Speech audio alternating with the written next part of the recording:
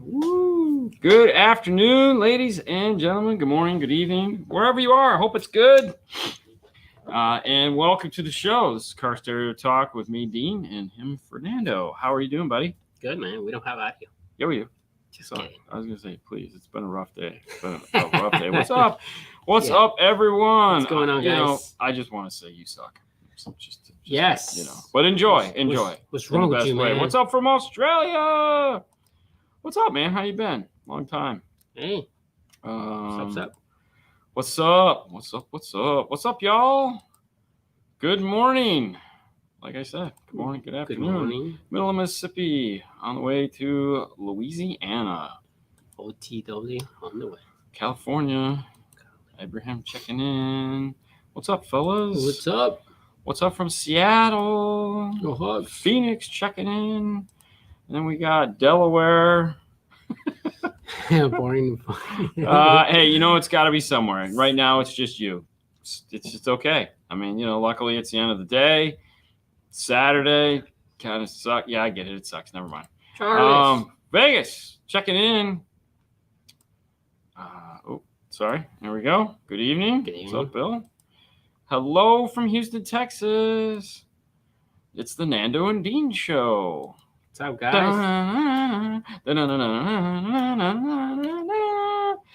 Hey, from New Jersey. Jersey. Fernando, how do you feel losing Russell Wilson? I'm crying. It hurt. Did it? Really hurt. Yeah. Yeah, man. I know. I feel bad. But one player does not make the team. Replacing the PS5 HDMI port. What you work on today? We were going to get to that. Today sucked. I got to be honest with you. Today was just one of those days. Chicago checking in. I think the whole week sucked. Illinois. Yeah, it did. It blew major chunks. New Zealand in the house. What's up? Good afternoon from Alabama. Mitsubishi Montero. Yes, I'm pretty sure we have. I don't know what year. Really? I don't remember. I'm from Mexico. Checking in, living in Southern California area. Thank you. Well, hi. Thank you. Good evening, Dave. What's up, Davey? Evening. Hold on. This stuff's just moving. Yeah. Evening, Dean, Nando. What's up? Fernando. Mexico City. There you go. Good evening, everyone from Sydney, Australia. We got to go to Australia. Yeah. Minnesota. Checking in. I want a Morel sub dust cap. I know the easiest way to get one. Just buy the sub. It comes with the dust cap. Yeah. It's like take it out. Case will be. Springfield. What's happening? Massachusetts. Louisiana. All right. Let's get to the promo. For those of you guys who don't know, we make this cool tool. Yes, it's a really cool tool, and it helps you do better car audio. Before you go, hang on. Yep, please hide the comments. And this is the ad for said piece. Better car audio. Before you go. Yep, please hide the comments. And this is the ad for said piece. Better car audio. Yep, please hide the comments. And this is the ad for said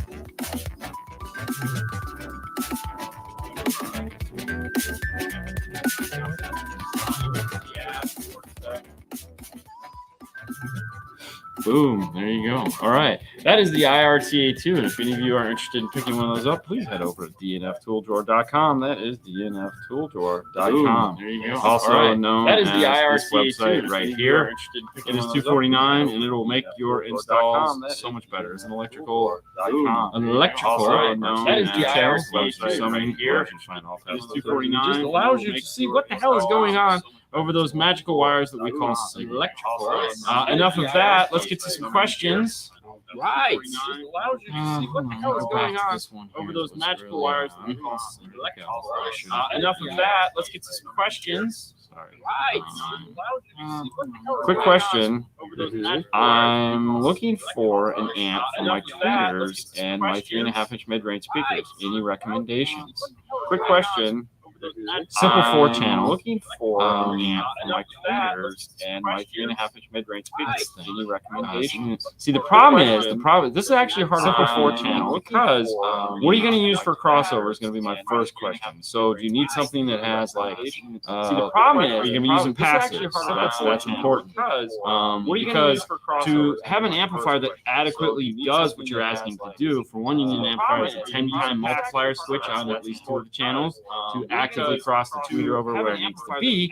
And then you need a bandpass channel on the second one so that it can play the 3.5 to the right crossover points. Now, off the top of my head, I do know of one amplifier that is reasonably priced. Probably it's more than enough power, but that is the Kenwood Exelon. Now, off the top of my head, 600.4 XR 600.4. It will allow you to cross over the tweeter where you need it to be. It's also super thin. We just did the amp dyno on them like last month or before last. And the channels 3 and 4 is gives you a bandpass channel with the bottom of the tweeter crossover point. I mean, let's say you cross the tweeter over 3200. That means on 3 and 4 it's going to start between 3200 and let's say you dial it up to 350. But if you have like a digital sound processor, a DSP of some kind, or some form of other crossover, then really any 4-channel amplifier will do the trick. Like a digital sound processor, a DSP of some kind, or some form of other crossover. Then really, can the Glowforge cut sheets of foam for speaker gaskets? Yes, it can. It can cut cardboard. It can cut foam. However, you really have to pay attention to it because it is flammable. And so any like cardboard, you have to sit like this. However, because the cardboard is essentially catching on fire as you're cutting it. The fan is blowing it out as it goes. So we have cut foam. We have cut foam with it before, and it will do it. The fan is blowing it out. It is kind of. So we have cut. What do you think of the new sub from JBL and the spare tire non-amplified? I gotta be honest with you. What do you think of no one ever says that. When we did the amplified version of it, we were super impressed. We got like 110 dBs out of it. It was like, wow, this thing is pretty badass. When we did the amplified version, I personally think that they should have just left it like out of it because what's going to happen is someone's going to get an amplifier that's way too big. And they're going to blow it. I personally think that I don't know if you could get much more out of it than what the amplified version of it does. I get the fact that, let's say you already have a 5-channel amp, and you're like, oh, I already got the amplifier, let's do it. Yeah, totally. But just keep in mind, it doesn't need a lot of power. It will give you good bass. It is very impressive. But it's not indestructible. That's what I liked about the amplified version of it, the likelihood of somebody breaking it. Somebody's microphone. Yep, got it. Sorry, that was me. I forgot to turn off the laptop. Thank you, Axeman. Thank you, man. How you doing, buddy? All right, moving on. You have Sorry, guys. What did that say? You got multiple audio streams. Yeah. We're going to talk about audio systems here in a minute. Yeah. But before we do that, because if you guys remember, I wanted to go and like check out websites and stuff like that and kind of talk about it with you guys. And since this was one of my favorite cool companies that I saw when I was over at Emma, I would like to just kind of take a little stroll into the website. Not much, maybe 10 minutes, maybe 5 minutes. But before we do that, what we need to do is pay some. Dang it! I'm gonna get this right here in a second. Pay some bills. Jeez, oh man, I am totally sucking here. Why is it not working the way it needs to? Hold on, we're all tripping out. Everyone, just breathe. I got it. And open. You're right. We do need to tilt this so I can see what the hell I'm doing. Ooh, gosh, how does it look? No, I mean that was just like in and out and a lot of transitions and. Yeah. Oh yeah, because you're streaming that off my phone. I'm using. Yeah. Okay. All right, guys. Back to what I was saying is sorry about that. We need to pay some bills. First bill up being paid for this next quarter is going to be audio control, and summer is coming, and that means. We want to check out the ACX amplifiers. That's right. For those of you guys that are interested in coming out with a badass waterproof amplifier, and, well, Audio Control has them. That's right. These are waterproof. You could duck them in a bucket of water. Steve Mead did a great job of built an aquarium and played these things underwater, and they were pretty badass. Summer is here. It's time to get that amplifier in that vehicle that you're going to be having fun with, whether it be a boat, a jet ski, an ATV, a quad runner, whatever you have. Check out the ACX amplifiers. They make two right now. Right now, they make two, the 300.4 and the 300.2. I will say this, though, coming late, probably summer will be over, but it might be time for snowmobile season. They're going to have the 500. What is it? They're going to have the 2.500, a 4.500, 5.500, a 6.500. They got like 4 new of them coming out. But right now, they got pair that up with some tubbies, and you're rocking and rolling. I'd like to thank Audio Control for being a sponsor of the show. You can find them at audiocontrol.com. Okay, moving on. All right. 2019 Forester integration to non-amplified system with an LCQ1. How do I know if I need load resistors? First question would be, are you just adding a subwoofer? What are we doing? It's a one channel. Really the only time you need load resistors is if you're going to be disconnecting the speakers from the factory amplifier, or the amplifier being the radio, external amplifier, whatever. If you're just tapping in, you don't need any load resistance at all because the speaker is still there giving you a load. Now, if you're disconnecting the speakers to hook up the LCQ1, yes, you're going to need some form of a load. On the LCQ1, you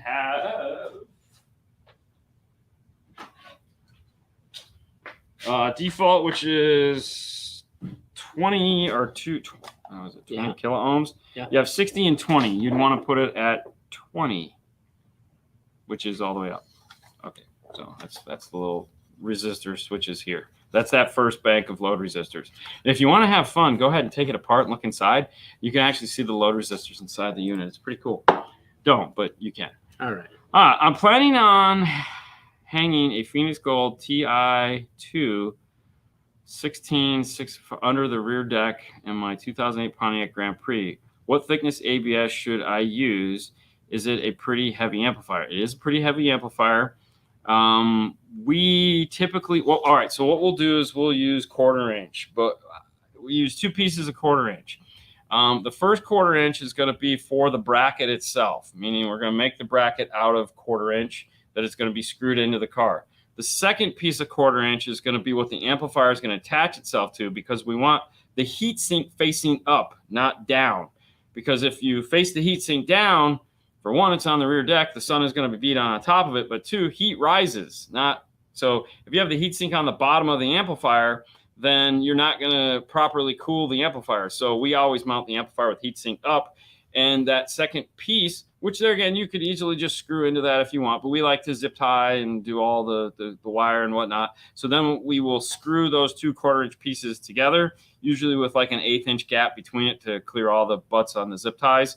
Or anything else that's in the way, but that's how we do it, and that gives you 2 pieces of 1/4 inch, plenty of thickness. Hello, El Fernandez. Hi. Does Orca still distribute audio systems with Focal Moscone, etc.? Not that I'm aware of. I have not seen any of this stuff from anybody. Orca, who is the sponsor of the show, with the Focal, which we'll talk about later, typically, it's no. Because they have Illusion, Moscone, Gladen, Focal, Raven. I think that's it. Yeah, Black Hole. I don't know. I have to figure, and Black Hole. When putting together a Frankenstein 3-way, how important is it to match sensitivity? It's not so important to match the sensitivity, because obviously you can overcome that with some gain. But what you really have to worry about more so than anything is the speaker roll-off points, their natural roll-off points. That's the most important thing. And that's the harder thing, because unless the speaker manufacturer is putting off their acoustic curves, then you're not going to know. So you could have a mid-range that doesn't play up high enough to roll into the tweeter, or the 2 play overlap too much and you might get cancellation or stuff like that. So really, when building the Frankenstein, it's making sure that the speakers cover each other's inefficiencies, meaning, does the mid-range sound better playing up and the tweeter can stop sooner? That kind of stuff. If no, that's a power curve. Seen it. There again, that's SPL versus frequency. So like for this, which you're not gonna be able to see. Okay. So like that, where you see like the frequency response of the speaker. Really, you kind of want to look to see if the speakers you're building have something like that. A lot of the times you buy raw drivers, they will, and that way you can kind of see how that all looks, before you go to town on it, or you just wing it like everybody else and hope for the best. What do you think of running a 4-channel Hertz amp and a Phoenix Gold speaker in a 2020 Frontier? I have no problem with it. Yeah.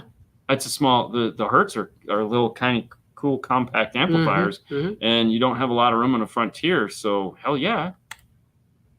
And Phoenix Gold makes nice sounding speakers. Yeah. I currently have one of those giant Sundown X15Ss. At least you understand. I'm getting an F-150, and the best option looks to be the Quad 8 under the rear seat. Do you think I'll be disappointed? No, you won't. We've done 2 of the Bobby Gately 4.8 boxes, and damn, one with his subs and one with somebody else's, like I think like CT Towns or something. Damn, bro. Yeah, hardcore for sure. They sound really good. Thank you for the 5. If I install a stereo and a Maestro RR in an F-150, can I use ForeScan with my truck? Yes. Because remember, when you're using ForeScan, all you're doing is turning on and off things in the body control module. As long as you don't screw with the audio part of it, nothing will change there. So it's not going to hurt it one way or the other. But so, in other words, don't screw with the radio. 2022 Sonata inline 12-speaker Bose system. Is there an adapter for getting audio out of the factory unit? Check iData, because iData just came out with a whole bunch of new Hyundai and Kia adapters. Check that. That would be I'd start. If they don't have one, maybe check Metra. Yeah. Because I know both of those guys just launched a bunch of new stuff for those vehicles. And hey, I'm going to hit the button. It's going to work this time. Yeah. Yeah, look at that. Boom. So here is a list, as we've put up before, of all the websites you want to check to see if parts for your car exist. These are the same ones that we go to. So those are the same ones you might want to go to too. So they don't have nothing for the Sonata. So iData doesn't? No. Okay. So sorry. Try Metra. And if neither one of them have it, then you're kind of out of luck. What you'll have to do at that point is what we call wire for wire, which means it must be 420 at the barber shop, which means you have to figure out what channels you want to amplify and then buy amplifiers for that. So, for example, if there's a tweeter channel, a mid-range channel, more than likely if there's a center channel, if you can't turn that off or turn off the processing in the radio, you may have to retain that. And then just amplify those channels that you're looking to. Don't plan on summing anything. Don't get an LC7i. Buy the right stuff.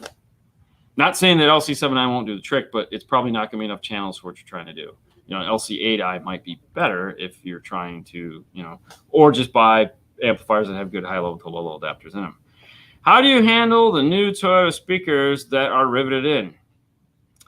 Well, Axe, man, how do you handle that, Fernando? I grab my drill, my bed. Volkswagen has been drilling or riveting speakers into cars since the 90s. It still sucks. So, yeah, just drill the heads on the rivet. One of the funny things is if you buy the Focal plug-and-plays, they actually give you new rivets, which I think is dumb as could be, but I totally understand because, But no, when you buy the Focal plug-and-plays, they actually give you new rivets to put those speakers, rivet them back in if you like. Yeah. We typically will do nut certs and then screw them into place. That way, if they decide to put the factories back in for whatever reason, we don't have to drill more any rivets. service that we have to do on the speaker is just easy. It's way easier. All right. Hold on. Go to banners. Uh-huh. Go to banners. Click on. Is there an audio control one? Oh no, we haven't made one. No, oh crap! All right, well then never mind. I'll just put this back up. Oh, I'll put that back up. Okay, go ahead. No, whoa, you're good. All right, hang on. I lost the one that I was. You gotta hit the little star icon, man. Man, I had it. Yes, Fang. If you're interested in seeing if Paul has one of the radios. Yes, give Paul a call, 727-216-6170. He still has some radios. Just mention the show and go from there. I will tell you this. I was talking with someone from a Japanese manufacturer the other day, and they were commenting on the fact that right now some radios are available. However, it is going to suck for the next probably year, meaning there'll be radios that I can get this radio, but then you might never, like, if you don't buy it, when it's kind of like a pair of shoes for women.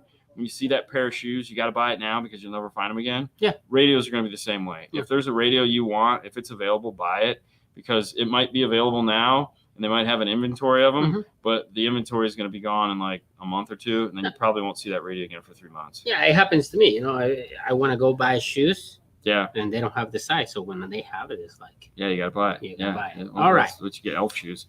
I have a 2021 Ford Ranger Lariat Tremor with a BO system. I want more volume and bass. Can I use the subwires into an LC2i and a Rockford amp for the doors? Can I use a Rockford MPX amp? Thoughts? First thing, it's a BO system. So you got to be real careful when integrating a BO system. More than likely, it is going to be the standard BO system that Nav TV and now Amp Global make Amp Pros for. So it's the Zen A to B or the Amp Pro FD something 41 or 21 or 61 BO adapter. From there, you can do anything you want. If you try to, like in an F-150, you don't integrate into the factory subwoofer on a BO at all. You just don't do it because it's a weird signal that comes out of there. You actually integrate into the front door speakers for the subwoofer. It does play bass. It sounds wonderful.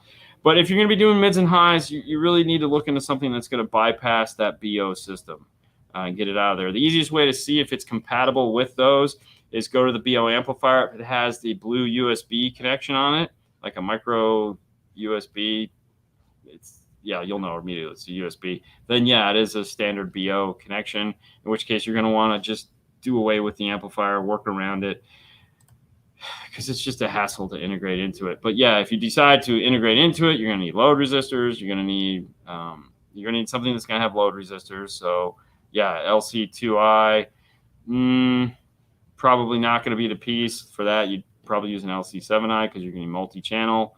I wouldn't do what you're thinking. No. All right. Have you guys had issues or complaints with installs on any of these new cars with PCM controlled alternators and the varying and low voltage they operate at no longer a solid 14 volts? I got to be honest with you. Most cars haven't had a solid 14 volts in, ever. Hell, Hondas, very rarely you get 14 volts unless you're flying down the street. But to answer that question, no, we really don't get too many complaints anymore. And I believe the reason for that is because we've kind of, in newer cars, we try to use newer equipment and also keep it in check with what it is the car is capable of doing. We don't sell 3,000 watt amps to power to sundown 15s in the trunk. If you want to do that, it's perfectly fine with you. But it's really not what we do. We try to match it up. So like Audio Control makes a big amplifier, but it's really pretty efficient. Kicker makes efficient amplifiers. Helix is wonderfully efficient amplifiers. We try not to get into these big power consuming systems. And when we do, the customer usually understands what they're getting into, and they're thinking better alternator, multi-battery, stuff like that. So, we haven't really run into too many issues with that. All right. So what do you think about Stinger Select RCAs? And the sound deadening on the hood, a good idea? I don't think I've ever put anything on the hood. We bought it once, and then we never actually did it. Right. But they made a specific... Yeah, they make a specific piece for that. Yes. Like I'm saying, we bought some of it, and then we were like, what are we going to do with this? Yeah. And we never did it because it was like... No. I mean, I'm not... I don't want to trap any heat in the engine. Don't buy those RCAs. Stinger Select is an affordable RCA. Right. For the amount of money you're going to spend on the hood deadening kit, you could probably get better RCAs. Better RCAs. I would buy better RCAs. Remember, buy the best RCAs you can. I mean, we use a ton of 4000s because it's predictable and reliable, and we know what we're going to get from it. So, hey, we'd like to thank Audio Control for being the sponsor of the show. There again, check out the new ACX amplifiers, or the ACX amplifiers, I should say, at audiocontrol.com. Thank you so much. All right, one more question, then I want to go on the web here and look at this stuff that I thought was cool. I have a Kenwood DDX 8906S, and I bought it when they came out. Yeah, I'm having problems connecting the Bluetooth to my Note 9. What can we do wrong? What can I do? Well, the one thing I always tell people is that the radio hasn't changed, meaning whatever tech the radio has in it hasn't changed, hasn't gotten any different, hasn't gotten any better, hasn't done anything. I'm assuming that you've gone to the website to make sure that the software in the radio is all up to date. If you haven't done that, then yes, you need to do that first, because sometimes there are patches. Sometimes, like, new phones do come out and you need to do updates into the protocols for Bluetooth and all those other things. It's just like a computer, just unlike a computer, it doesn't know to update itself. So first thing we do is we go and we make sure that the firmware in the radio matches the most current firmware that manufacturer puts out. If it is up to date, great. But if it still doesn't work, I can tell you right now, it's not the radio. The radio hasn't changed. But what might be the problem is the radio can't react to the new device that you have. The new device might be using something that the radio just isn't capable of reading. It doesn't have that receiver built into it. So you might be using a new version of Bluetooth that radio just can't even see. It's like not even there. And that happens. That happens sometimes, especially with Android devices, because they don't always stick to the norm. It's not how it works. But yes, that's what you would do. And if it doesn't ever connect, it's not going to. And that kind of sucks. Delete the whole Bluetooth thing and just start over. Yeah. Well, that's always the good thing to try too. All right. Call. So thank you for the 5. With a 4-channel amplifier and a set of 6.5 type R's, do I set the front to the 80? And do I have to use 4 RCAs or not? Ooh, all right. First off, you only say you got one set of 6.5s. So I don't know what channels 3 and 4 are going to do. But 80 hertz isn't like stone. It's like we're not chipping into stone here. You have to set it to 80 hertz. 80 hertz is a good starting point. Sometimes you go up from that depending on the type of music you listen to. And then sometimes you may go down from that depending on whether you're like 60 or 70 years old and you're cool with that. But 80 is just a really good starting point for both high pass and low pass. Now, as far as whether you need another set of RCAs plugged into the amplifier, most amplifiers that have the ability to take 2 channels of input, there's usually a selector switch on it that says 1, 2 or 1 and 2. Or 1, 2, and 3, 4, or so there's usually some sort of a switch that allows you to tell it what kind of inputs you're going to have. Now, where that gets weird is if you're going to bridge the 4-channel amplifier, then no, you'd have to run wide jacks because channel 1 and 2 gets bridged left, channel 3 and 4 gets bridged right. If you're using it as a like if you're going to buy amp, then obviously you're going to need a better crossover than just 80 hertz. You need one for the tweeter. So I kind of answered that, maybe. I don't know. I think so. I hope that made some sense. Yeah. We'll go with that. Yeah, maybe.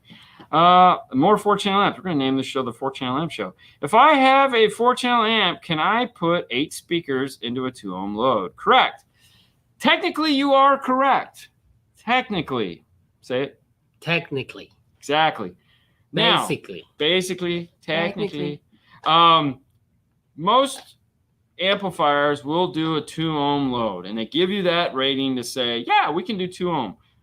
But unfortunately, most amplifier manufacturers that make Class D amplifiers don't want you to run it at 2-ohm.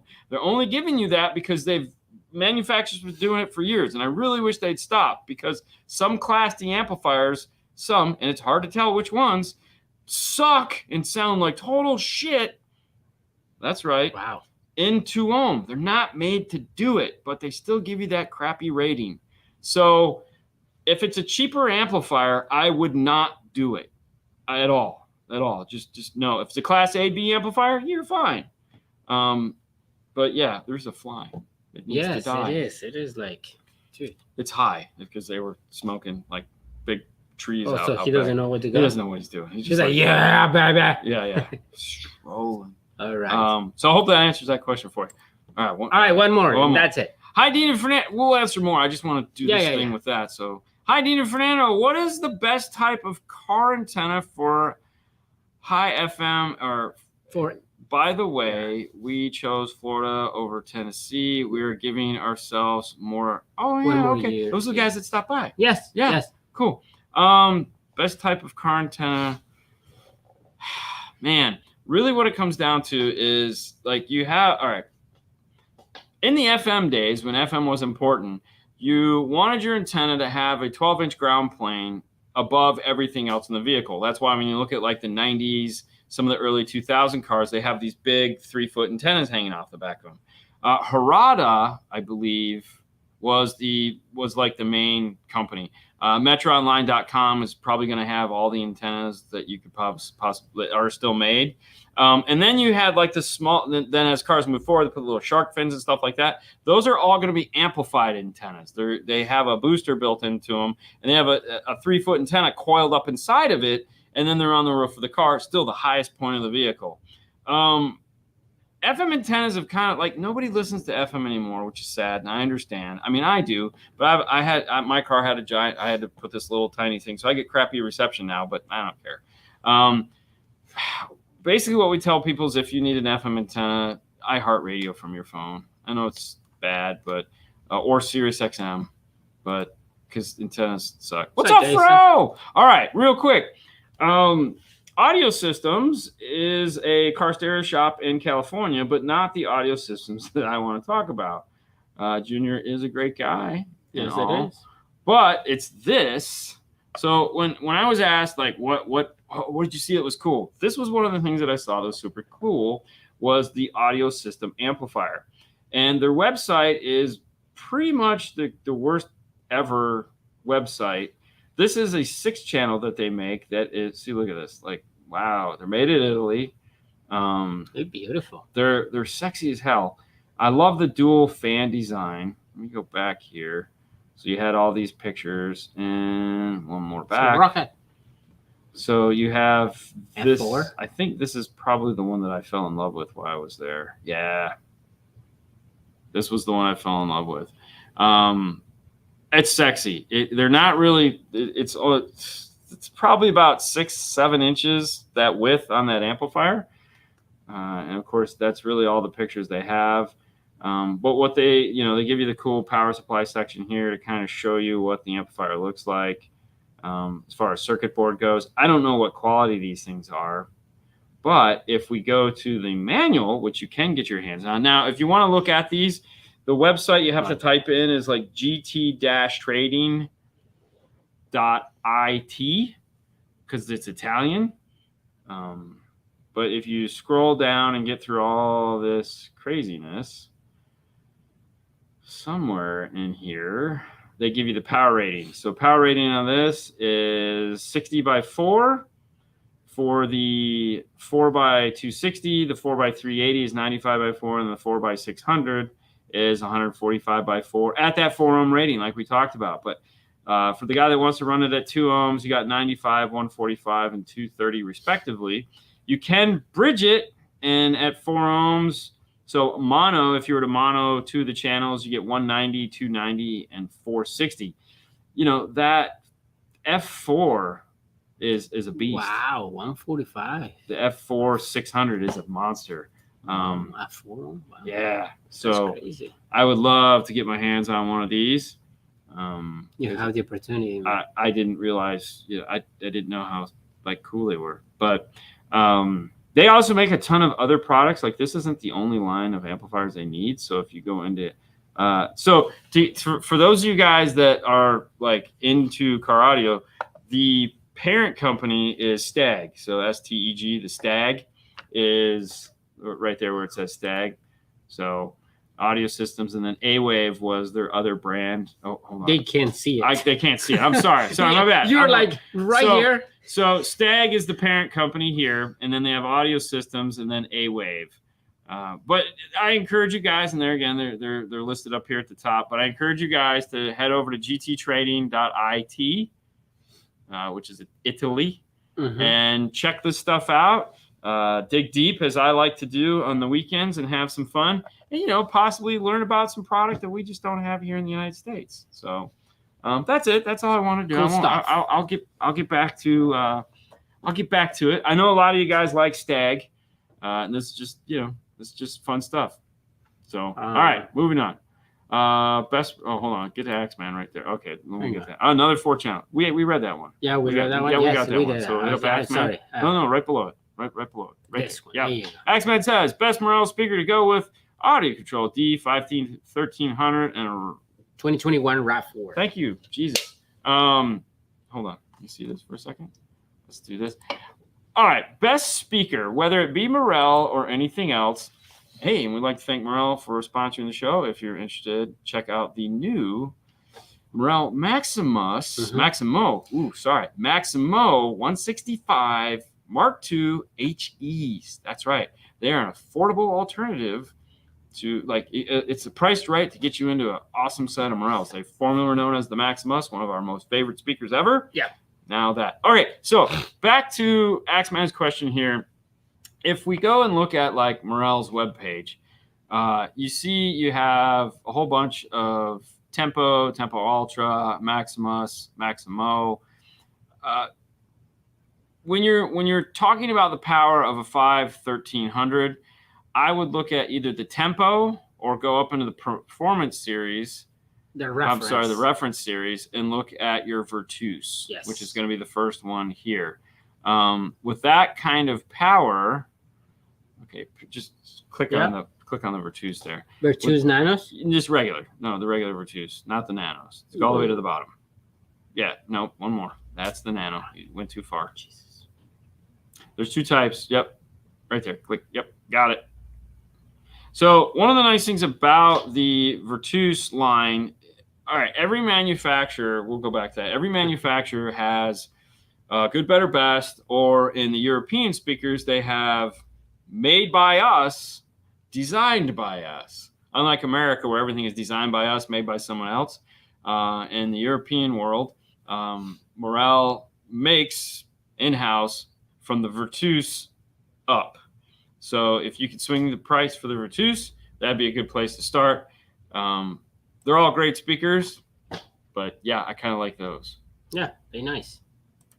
Good question, and thank you for Morel for being a sponsor of the show. What do we got here? Have you guys heard the new Kicker Slim enclosures for the Comp RT with passive radiator? Looking at getting the 12-inch version. Hell yeah, dude. We'd sell tons of those things. Those things are awesome. I tell you what sounds better than that, just because why not, is the L7T version of it without the passive radiator. Holy crap. That thing is a beast, straight up animal. The Comp RT is wonderful. It does what it needs to do. If you're in that budget, if you're in that price range, if you got that wattage, but if you want something that's just as thin, but way louder, go for the L7T. You will not regret it. What's up, El Fuego? What's up? I've been waiting 2 years for Kenwood Deanna 9907 XR. Is it available now? Give Paul a call, because I believe it is. It's still a good sounding head unit. Yes, it is a wonderful sounding head unit. Yeah, it's pretty awesome. The new version, okay, so the new version of it will be out probably not until July or August if you want the 8. So just saying. I know you waited 2 years, but the 8 will be out in another 2 months. This is a 4-channel show. To send signal to a 4-channel amp and sub amp in a 2021 Mustang, what is the correct unit to buy, and where do you tap in to send signal to my amplifiers that is not DSP? Not sure. I'd figure that out. Okay, regardless of whether you need a DSP or not, doesn't matter. You need a DSP. The integration piece for that is the DSR1 from Rockford Fosgate. All right. The 2021 Mustang makes, dude, go to idatalink.com, go to the Maestro section, type in 2021 Mustang. You'll get the T harness. It's an AFO 2 or 3. and then the DSR1. It'll plug right into it. Now here's where it gets super cool. All right. Whether you want let me grab this. Whether you're like, I can't figure this out, it sucks. Okay, I'm gonna make this real easy for you. I know right where it's at, because a lot of people, yeah, it's intimidating, it's scary, all that fun stuff. But all right, we're gonna go to 8. We're gonna pull up this. So this is what a DSR1. Can you shut that off real quick? This is what the DSR1 looks like in the basic homepage. All right, and then we're gonna come over here to tune. Here is the basic tune right here. So this is if you just want to use what is 7-band EQ. All right, this is a generic 7-band EQ. It's for all channels that come out of it, so it's super fun. If you go back home, if you go into tune and you hit advanced, this is where people get scared because like, oh no, it's advanced. All right, and now you get into like the big EQ. But if you tap the speaker here, you're going to tell it what you want to EQ. Now this gets set up at the beginning, so this is a front rear sub setup. You can do front rear sub, you can front tweeters. There's a whole bunch of options you get to choose from on the setup itself. But there again, you just scroll across with your finger. In this case, let's say we're going to pick front. This EQ can just be for front if you want it. It's 32 bands. If you don't want to use this, you don't have to. You can just use the 7-band and then play with this at another time. This is your trim level. Each set of speakers has a level control. So you can turn them up and down together, or you can tap the joiner thing and take them apart. Okay. What this is used for is if the tweeter and your driver that's 12 inches away from you is just like killing you, you can control, you can turn it down. Time alignment is something that everyone is super scared. Oh my God, it's okay. No, slow it down. Literally, you hit the tape measure and you enter in your numbers. So you take your tape measure, you close the door, you measure from the mid bass to the center of the seat. You do that for every. If it's a 3-way set and you're just going to run it passive front rear sub, so it's going to be a passive 3-way set, I would measure to the mid range and to the mid bass and enter the mid range first, see what that gets you. If that doesn't work out, then enter the numbers for the mid bass and see if that sounds better as far as imaging goes. But you just add those numbers in, and in the very bottom, there's a save right there above our heads. You tap that, you're done. Time alignment's over. You don't have to do anything else. And that's it. Now, this is obviously on an iPhone. You can do this on an Android phone also. And then crossovers, another one that you're going to need.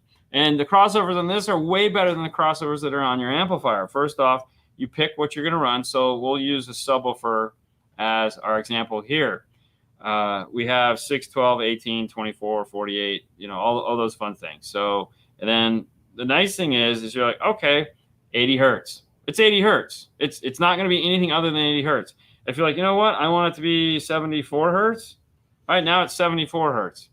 It's not a dial where you're just guessing on an amplifier. Like, oh, I don't know. Okay, so if I can get this to work, bandpass. Oh, yes, okay. So we got the bandpass. Let's come in here, and we're going to do 20, enter. So now I have a subsonic filter at a frequency that I want it to be. If you want your subsonic filter to be 15, enter, boom. Okay, you can't go below 20. All right, so never mind. Not that one. That's a hell of a cross. Okay. Anyways, you get the idea. We'll leave it at 20. Didn't want to overstep there. So now you have a subsonic filter built into it. You don't have to worry about flicking toggle switches on the amplifier. So the DSR1 is the best choice for that installation. You literally pull the amplifier out, you plug it in, you can mount the DSR1 to the factory bracket. If you want to mount the DSR1 in the trunk, they make the extension 4, EXT4, which will then allow you to move it to the trunk. So, and then all your speaker wires are there. Everything is done. You don't have to cut nothing. It's plug and play. And then you program it. Now, the hardest part, the absolute hardest part of a DSR1 is plugging it into your laptop and telling it through the software that it is going into a Mustang. And if you've watched any of our iData, like how to use an iData, I think we just did one on a Jeep where we put a radio in a Jeep. It's the same process. You tell it what year, you tell it what make and model, you tell it you want to do this, yes, done, click, it's over. So it's pretty cool. I like it. All right. Do you guys have any Kicker L17 downfront preloaded enclosure? Kicker is most online retailers are sold out. Yeah, he does. Just call Paul. Call Paul. 727-216-6170. Yeah. All right. Thank you for the vibe. Hi guys, love your channel. What's one of the worst audio install jobs you've ever seen, and how difficult was it to reverse it and do all proper installs? I don't think there's any one that okay. the video, the 911 video we did on the Hyundai is like an example of one of the worst that we've gotten our hands into, where everything was just cut. Everything was so wrong. But it's levels of stupidity that you kind of have to look at that is really the tease in all of this, because sometimes you look at stuff like, for example, SC430. We just had one in a couple weeks ago. I think we did an Instagram on it. And it was one of those situations where I'm pretty sure the installer that did it didn't think he did a bad job. He probably patted himself on the back for being creative. And the reality is he wasn't being creative. Creative would have been just going onto your laptop or desktop or computer, your phone, and typing in interface for SC430, and then it comes up and you just order the right piece. And then you don't have to be creative. You just end up doing it right. But he probably was pretty excited that, oh man, I did this, and it sounded like crap, but it played and the car could ship. And that happens more than anything else, where it's just like, I think, oh, it worked, cool, go. And that's the part where it's kind of sad, because you never want to do that. You want to make sure that, at least us as installers in a reputable shop, we want to make sure that, look, this is the piece that's made for this car, and this is what it's going into. And I feel like I've been accused of kind of talking down or sounding conceited or whatever it is when people ask questions sometimes, because yeah, we do answer the same questions over and over and over again, which is okay. But yeah, sometimes it's like when the question that absolutely enough is, I have a Dodge and I'm putting an LC7i in it. It's like, no, you're not. Please stop doing that. It's the wrong piece for the job, okay? And so, yeah, sometimes it kind of just pisses me off a little bit that it's like I have to keep saying this over and over again. And I'm not mad at the person asking the question, because they don't know. It's totally okay. I'm just more of like, it's frustrating that it's like, how many times do we, how many times do I have to stand at the altar of Amp Pro and be like, please, Jesus, show them the light, that, Dominus forgiveness. But it's just irritating. All of it's irritating. Yeah, that's for sure. And each one is unique.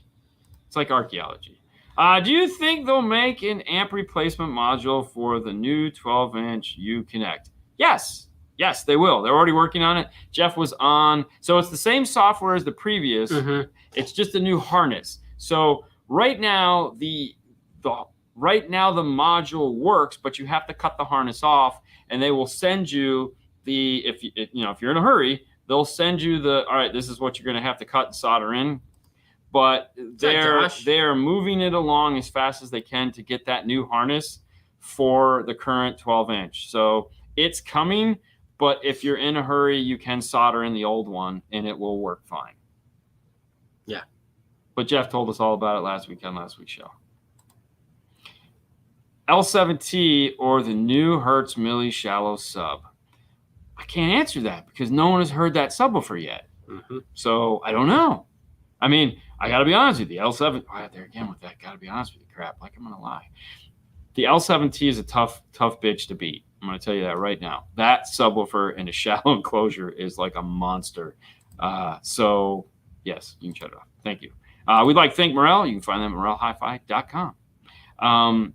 But yeah, that's a tough one to beat. So, and they're probably compatible price points. So we'll see. I don't know. We'll get one of those in here in the next. I know they're starting to ship. So they just starting to ship. We won't see one probably still for another month or two. Right. I don't even know if we have them on order. Is there a way to use a kicker key as a line driver into a bigger amp? Love the DSP feature, but would like some more power. Of course there is. Yes. Actually, it's funny you say that because years ago when I went to Kicker for the first kind of partial documentary that we shot there. It was just kind of like a proof of concept for us because we were there to do something else. And I kind of shot it in the background. Anyways, we need to talk about that. Aaron from the show had put up a slide that says, use a kicker key for a line driver into a KX amplifier because KX amplifiers will take 11 volts of input. And yes, you can put a voltmeter on the output of your kicker key, dial the voltage down, and use it to go high level into a other amplifier. 100%, you can do that. I, of course, was like, raised my hand and go, why the hell would you do that? You guys got Q-class amplifiers. Little did I know at the time that the Q-class amplifier was going to go away. So they were like, yeah, because we know what's coming. Yeah, we know what's coming, bro. But no, you could totally do that. You could totally do that. If you're a kicker fan and you just said, but they don't have any KX amplifiers, that's okay. Go to the Marine line. The KMA amplifiers are just as good, and they're the same thing. All right, the same thing with conformal coating, and they're available. So pick up a green stripe amplifier instead of a red stripe amplifier. Run your kicker key into it. Before you turn it on, the amplifier that is, make sure you meter your output voltage, play your test tones, make sure it's not hooked up to a speaker. Play your test tones, play at the volume, whereas your maximum amount of volume, make sure your EQ is set to flat, and just make sure you're under that 10 volts, which I think you will be. We've never had a problem with it. In case in point, when we did the Haley quad box, we actually used the kicker key 501 for a line driver into that KX 2400.1. We just turned the volume down to 7 volts and then ran it right into it, and that's how we did it. We also used it as a line driver into the sound digital amp that's right next to it, and I can tell you right now, I didn't like that at all. It was not happy. It was like, screw you guys, stop. So, yes. Do you all get questions of visits from another local installers? Yeah. For how stuff. Yeah.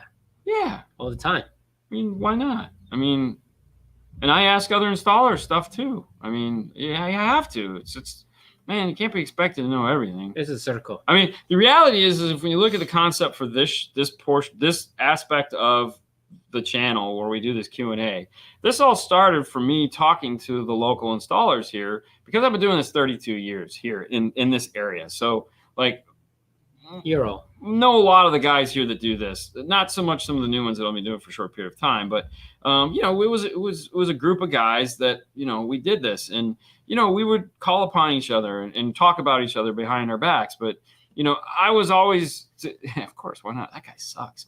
I have a question for you.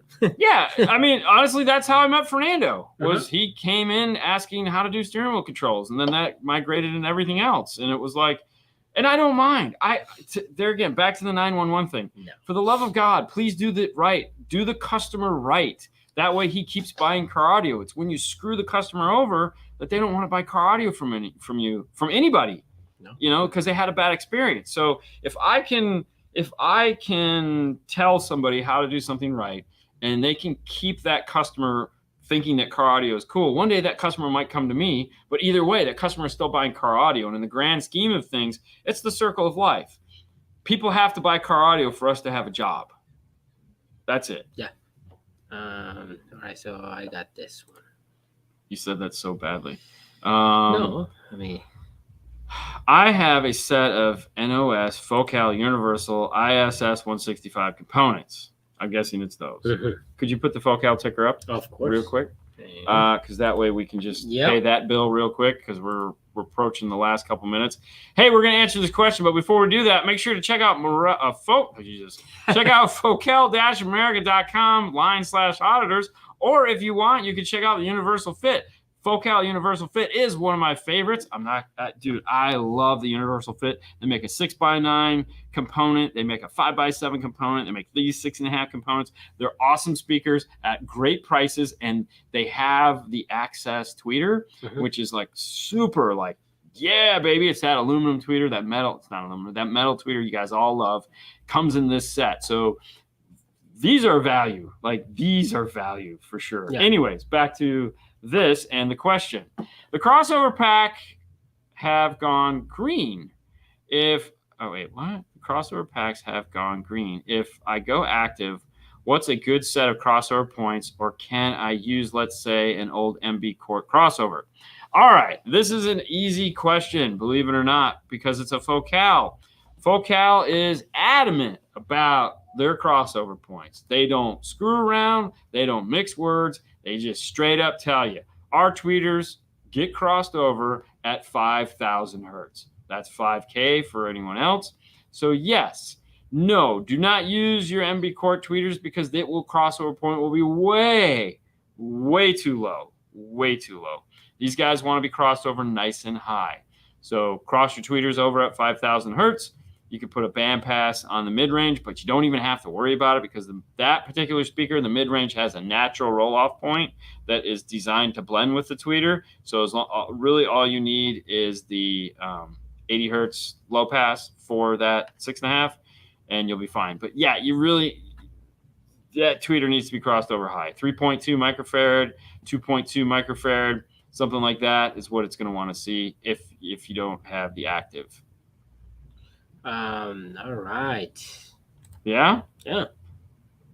Whew, man, it's like running a marathon. No, we're still going, bro. At Thomas Day. This is Bubba talking to Thomas.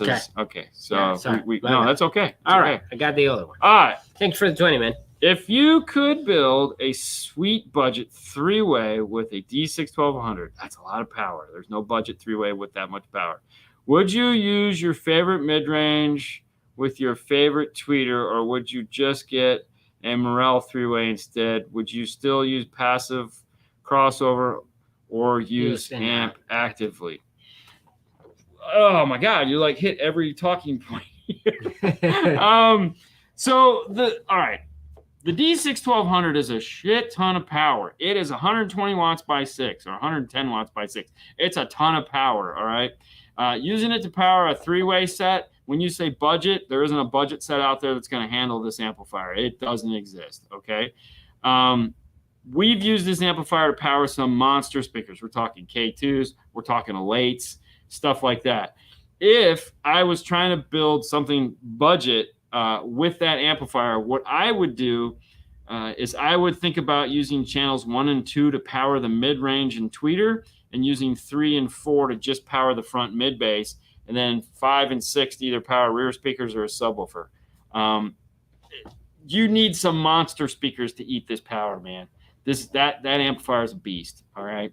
Like I said, something like K2s, Elates from Morel, Millie Legends, something that has some significant power handling.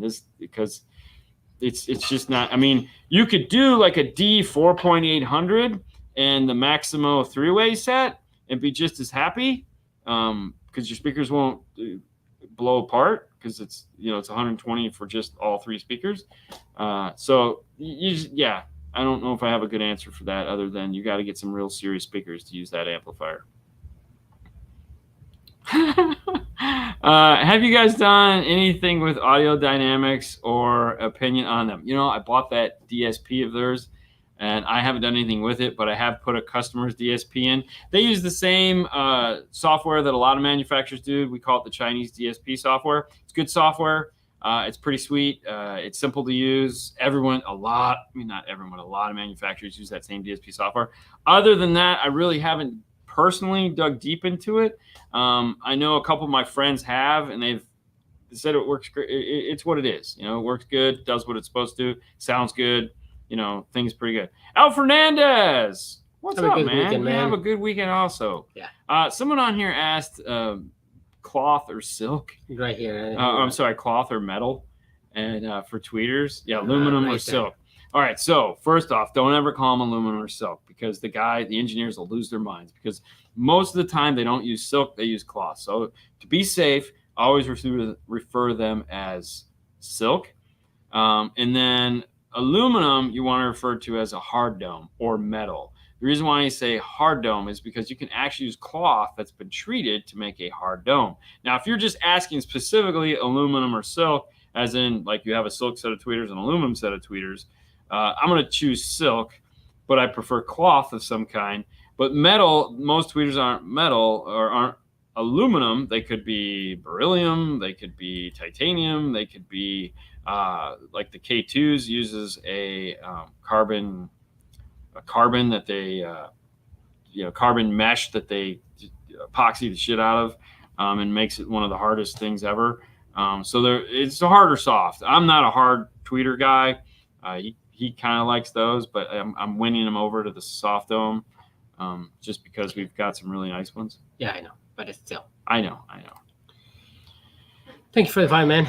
A big capacitor, and for my stop-start Toyota Highlander, even shut off at stoplight. A scar, but I took it out. I don't know. I mean, all right, so here's what happens for stop-start. I don't know if this is going to answer the question, but this is why a capacitor typically isn't going to do the trick, because a capacitor does this too fast. Stop-start, when the car stops and starts back up, it's that starting that it can drop down below 8.5 volts. So you're looking for an amplifier that can handle 9 volts without shutting off. There's not too many of them. Kicker, the CXA amplifiers, that's the yellow ones, yellow boxed ones will do it because they're stop-start compatible. They use their power supply design.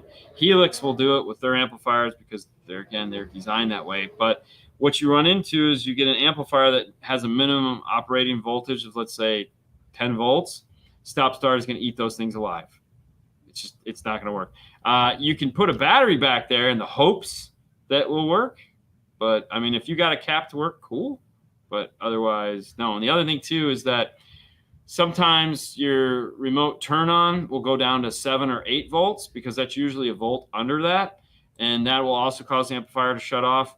That's why PAC makes the ING3, because the ING3 uses ignition and has a 3-second off. So it will keep power going 3 seconds after it senses the low current drop.